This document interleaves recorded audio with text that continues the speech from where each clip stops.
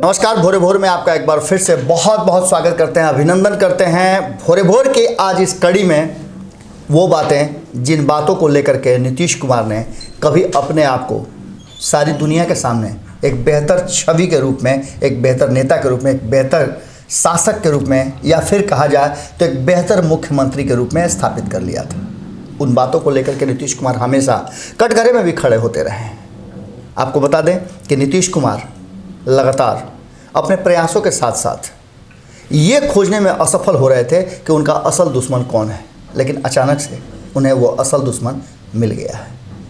2020 के चुनाव में नीतीश कुमार को लेकर के बहुत सारी बातें की गई थी और उनके पुराने साथी और कहा जाए तो सहयोगी रहे लोगों ने, नेताओं ने और दलों ने नीतीश कुमार का जम करके विरोध किया।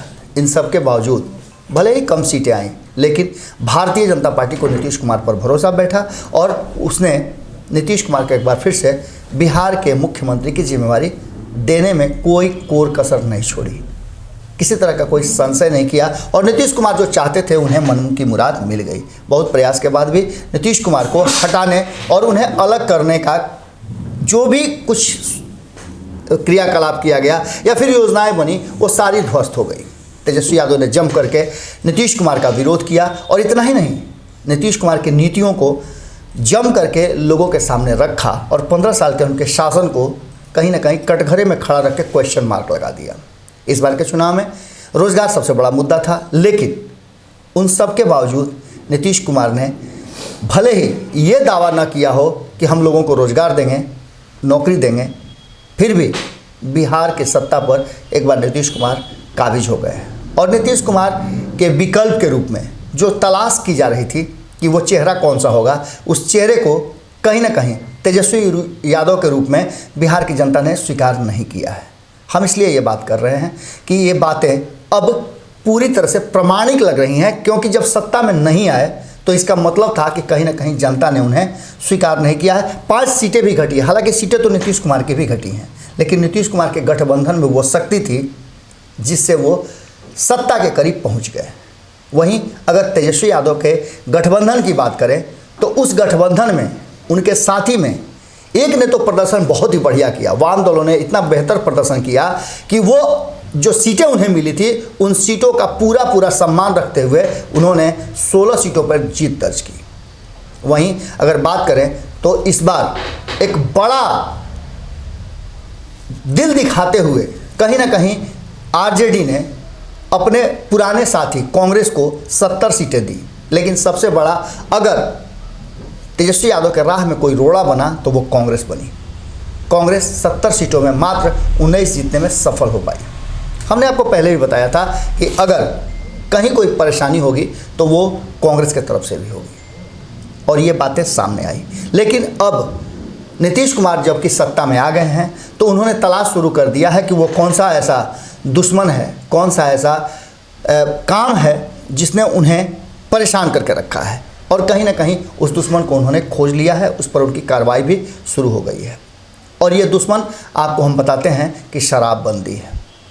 शराबबंदी एक ऐसा कानून है जिसको लेकर के नीतीश कुमार की जितनी भी चर्चा हुई थी, जितना उनके नाम और शोहरत को बुलंदी मिली थी, उतना ही ज़्यादा इसको लेकर के उनके पीछे किरकिरी भी हो रही है। आपको बता दें कि शराबबंदी एक बड़ा ही मजबूत और दृढ़ता भरा फैसला था। इस फैसले को लेकर के कहीं ना कहीं नीतीश कुमार की खूब पीठ थपथपाई गई थी। राजस्व की हानि को देखते हुए भी समाज को सुधार और बिहार में अपराध पर लगाम लगाने की एक बड़ी योजना को इससे बल मिल रहा था और ये महिलाओं के विशेष मांग पर नीतीश कुमार ने शुरुआत किया था। 2015 में जब नीतीश कुमार आए तो उनके साथी के साथ साथ उनके विरोधी भी इस कानून के खुल करके कहें या फिर भीतर खाने में कहें विरोध जरूर कर रहे थे, लेकिन नीतीश कुमार अपनी जीत के पक्के हैं और जो सोचते हैं वो करते भी हैं।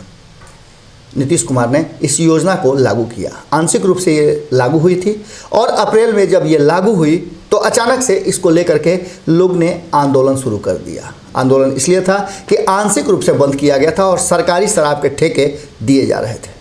लोगों ने उसका भी विरोध किया और नीतीश कुमार से आग्रह किया कि शराबबंदी जब लागू कर रहे हैं तो पूर्ण शराबबंदी लागू की है। और नीतीश कुमार ने जरा भी देर नहीं की, उन्होंने इस फैसले को लागू कर दिया। उसके बाद से बिहार में शराबबंदी लागू हो गई। अगर आप शराब पीते हुए या शराब का किसी तरह से अवैध कारोबार करते हुए पकड़े जाएंगे तो आपके लिए सज़ा का भी प्रावधान है। अगर आपके प्रीमाइसेस में भी शराब बिकती है या शराब पाई जाती है तो आप दंड के पात्र होंगे। इसके लिए 3 साल से लेकर 5 साल तक के दंड का प्रावधान भी किया गया था और 50,000 रुपये जुर्माना भी लगाए गए थे। इन सब कानूनों को लेकर के अचानक से 2016 से शराबबंदी बिहार में लागू हुई और नीतीश कुमार की खूब वाहवाही हुई। अचानक से ये कानून 2017 तक तो खूब बढ़िया से चला, लेकिन 2018 में जब नीतीश कुमार पुनः महागठबंधन की सरकार छोड़कर एनडीए में गए तो इसमें संशोधन की दरकार पड़ी। आपको बता दें कि संशोधन की दरकार पड़ने के पीछे कहीं ना कहीं वो कानून की कुछ खामियां थी और इसके साथ साथ एक और बात थी कि जिस समय ये कानून लागू हुआ था उस समय नीतीश कुमार के साथ भारतीय जनता पार्टी नहीं थी। इस कानून को लागू करने के साथ साथ कानून में परिवर्तन हुए और 2018 में इसमें काफ़ी संशोधन किए गए। जो कठोर कानून थे उसे थोड़ा सा लचीला बनाया गया, लेकिन उसके बाद नीतीश कुमार की किरकिरी और होने लगी और अचानक से नीतीश कुमार इस शराबबंदी कानून के दायरे में आकर के उनकी खूब जम करके लगातार ये चर्चा होने लगी और विरोधी इन पर हमला करने लगे कि शराब की होम डिलीवरी हो रही है और शराब के अवैध कारोबार में लोग जुटे हुए हैं। तो इस पर तेजस्वी यादव ने लगातार, चूंकि वो विपक्ष के नेता बन चुके थे 2017 में और विपक्ष के नेता के रूप में नीतीश कुमार की शराब नीति को जम करके उन्होंने टारगेट किया था और नीतीश कुमार की किरकिरी भी हुई थी। इतना ही नहीं, चिराग पासवान उनके साथ गठबंधन में रहते हुए भी नीतीश कुमार के शराबबंदी कानून को पूरी तरह से असफल बताया था। उन्होंने कहा था कि बिहार में नीतीश कुमार इतने ज़्यादा फेल हो गए हैं, असफल हो गए हैं कि उनके पास कोई रोजगार नहीं है, कोई काम धंधा नहीं है, किसी तरह की नौकरी पैदा नहीं कर पा रहे हैं और यही कारण है कि नौजवान मजबूर होकर के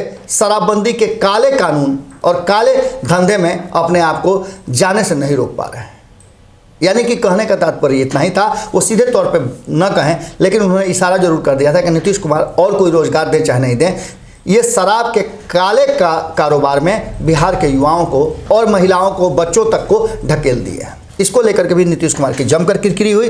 अब नीतीश कुमार को ये उनका दुश्मन जो है मिल चुका है, खोज चुके हैं, ढूंढ चुके हैं और इस दुश्मन को पूरी तरह से समाप्त करने की योजना पर भी काम कर रहे हैं। इस पर एक्शन में भी आ गए हैं। प्रशासनिक रूप से लोगों को सख्त निर्देश दिए गए, हालांकि निर्देश तो इससे पहले भी दिए गए हैं और कानून, सख्त कानून बने हुए हैं, लेकिन उसके बावजूद भी इस कानून का कितना पालन होता है ये भी आपने देखा होगा। आपके मोहल्ले में भी अवैध रूप से, निश्चित रूप से कहीं ना कहीं शराब और शराब के धंधे आप देख भी रहे होंगे, लेकिन हो सकता है कि आप नहीं लड़ पा रहे हो क्योंकि आप समझ रहे हैं कि काले कानून में कोई नीति नहीं होती है और उसका कोई एजेंडा नहीं होता है।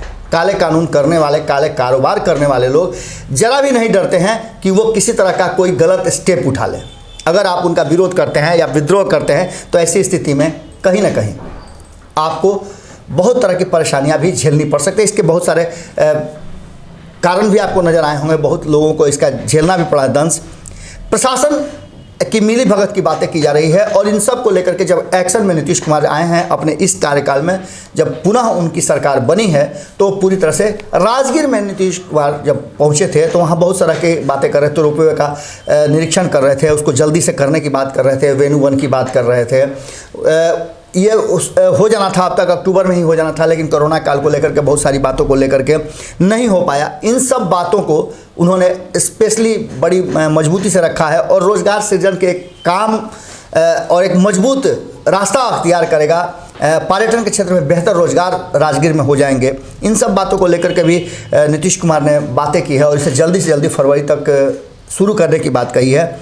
इसके अलावे आपको बता दें कि शराबबंदी कानून को लेकर के जिस तरह से प्रशासन पर सख्ती दिखाई जा रही है, नीतीश कुमार ने साफ तौर पे कह दिया है कि अगर थानेदार के क्षेत्र में शराब का अवैध कारोबार होगा, पकड़े जाएंगे तो इस पर कार्रवाई भी होगी। अगर संलिप्तता होगी तो सीधे उनका निलंबन होगा, इसमें कोई दो राय नहीं है और प्रक्रिया लगभग शुरू हो चुकी है। इसके साथ ही अपराध पर नियंत्रण को लेकर के नीतीश कुमार बहुत मजबूती से, हालांकि अपराध को जब नियंत्रण की वो मीटिंग कर रहे थे, इस बीच में बिहार में जम करके अपराधियों ने तांडव मचाया और कई तरह के अपराध, हत्या जैसे संगीन अपराध भी हुए। प्रशासन पूरी तरह से चौकस है, उसके बावजूद भी इस तरह की घटनाएं हो रही हैं तो कहीं ना कहीं कुछ कमियां जरूर रह गई हैं। एक तो शराबबंदी कानून और दूसरे अपराध, ये दो नीतीश कुमार के लिए बड़ी मुसीबत बन गए हैं। प्रशासनिक रूप से ये दोनों ही चीज़ें नीतीश कुमार की सरकार और नीतीश कुमार की मंशा पर सवाल खड़े करते हैं। इसको लेकर के विपक्ष पूरी तरह से हमलावर है। अब देखने वाली बात ये होगी कि नीतीश कुमार का ये शराबबंदी कानून और उस पर इनका अमल करने का तरीका कितना ज़्यादा एक बार फिर से मजबूत हो पाता है, और वहीं दूसरी तरफ अपराध पर कैसे नियंत्रण पाते हैं, क्योंकि गृह विभाग नीतीश कुमार के पास ही है। हालांकि राजगीर में जो नीतीश कुमार नज़र आए वो पूरी तरह से बड़ी रिलैक्स नज़र आए और बड़ी खुश नज़र आए। पिछले कई दिनों से जिस तरह से नीतीश कुमार काफ़ी परेशान नज़र आए थे, उनके चेहरे के भाव बता रहे थे कि कहीं ना कहीं वो सरकार बनाने के बाद भी जितना खुश होना चाहिए उतना नहीं है। इसके पीछे बहुत सारे कारण भी हो सकते हैं, लेकिन जब राजगीर में नीतीश कुमार थे और राजगीर जब जब नीतीश कुमार जाते हैं तो कोई ना कोई बड़ा एक्शन जरूर होता है। इससे पहले भी आपको याद होगा कि 2017 में जब नीतीश कुमार एक तरह से कई अंतर्ध्यान हुए थे राजगीर में, जब उन्होंने मंथन शुरू किया था तो उनकी अंतरात्मा की आवाज़ उठी थी, जिसको लेकर के सरकार में परिवर्तन हो गया था। एक बार फिर राजगीर जाकर के नीतीश कुमार के चेहरे पर जो भाव नज़र आए हैं, जो चेहरे पर खुशी नज़र आई है, जिस तरह से वो दाना डाल रहे थे हंसों को, वो देख करके अच्छा लगा। और नीतीश कुमार की सोच जिस तरह से वहाँ राजगीर से निकल करके आई, वो देख करके ऐसा लगा कि नीतीश कुमार पूरी तरह से पॉजिटिव हैं और एक बार फिर से वो अपनी ऊर्जा का संरचना करके, संचरण करके, अपने अंदर आत्मसात करके और फिर से एक बार दुगनी ऊर्जा से बिहार के विकास में और बिहार में रोजगार सृजन के काम में लगेंगे। हालांकि उनकी पार्टी का कहना है कि हमने तो वादा किया नहीं था, लेकिन महागठबंधन और एनडीए के बीच में इसी बात को लेकर के टसन था कि तेजस्वी यादव ने साफ तौर पे कहा था कि वो अगर सरकार में आते हैं तो पहली कलम से वो 10 लाख लोगों को नौकरी देंगे। वहीं ठीक उसके विपरीत तुरंत भारतीय जनता पार्टी ने कहा था कि वो 19 लाख लोगों को रोजगार मुहैया कराएंगे जैसे ही वो सत्ता में आते हैं। हालांकि नीतीश कुमार ने भी एक बात जरूर कही थी, जो बातें ऑन रिकॉर्ड है, कि 10 लाख रुपया जो नए एंटरप्रेन्योर्स को दिए जाएंगे उनके रोज़गार शुरू करने के, रोज़गार सृजन के लिए, उसमें से 5 लाख रुपये सब्सिडी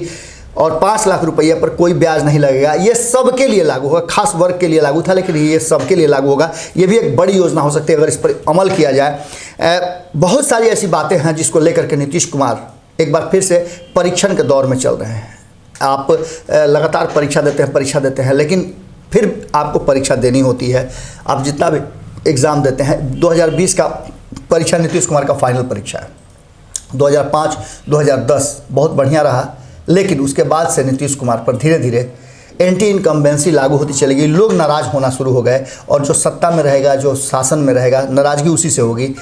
झूठ कहते हैं लोग कि विपक्ष ने ये नहीं किया, विपक्ष ने वो नहीं किया, विपक्ष इस तरह से। विपक्ष पर जिम्मेवारी नहीं है। विपक्ष की जिम्मेवारी सिर्फ इतनी है कि सरकार को वो गलत ट्रैक पर नहीं चलने दे। अगर इससे वंचित होता है तो निश्चित रूप से विपक्ष दोषी होगा, लेकिन दोष तो सरकार का ही होगा, क्योंकि उम्मीदें लोगों को सरकार से ही है। अब नीतीश कुमार को जब उनका दुश्मन मिल गया है तो निश्चित रूप से आगे किस तरह से उससे निपटते हैं, ये एक बड़ा प्रश्न है। और इस प्रश्न के साथ आपको आज भोरे भोर में छोड़ के जाते हैं। बिहार में बहुत सारी राजनीतिक घटनाएं दिन भर चलने वाली है। आपकी नज़र भारत लाइव पे होनी चाहिए, क्योंकि हमारी नज़र होने वाली हर छोटी बड़ी घटनाओं पे है। हम आपको किसी भी घटना से वंचित नहीं होने देंगे। हमारा प्रयास है कि आपको हर वो खबर आप तक पहुंचाएं। आपका भी योगदान और सहयोग हमें प्राप्त होना चाहिए। हम आग्रह करेंगे आपसे कि आप जो भी चाहें हमें योगदान कर सकते हैं। जिस तरह से भी चाहें आप हमारे चैनल को सपोर्ट कर सकते हैं। आपके सपोर्ट और आपके इस प्रेम से हम जीवित हैं। सच की लड़ाई में आपका साथ हमें बहुत ज़रूरी है, सहयोग भी बहुत ज़रूरी है।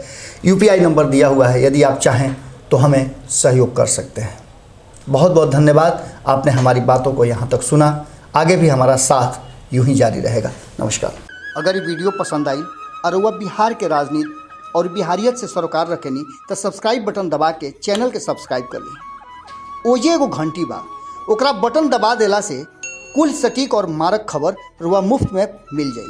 अगर रुआ पत्रकारिता के हमनी के नया प्रयोग में सहयोग कर चाहतानी तो ज्वाइन बटन दबा दी। पेटीएम नंबर नोट कर ली 9386816700। धन्यवाद।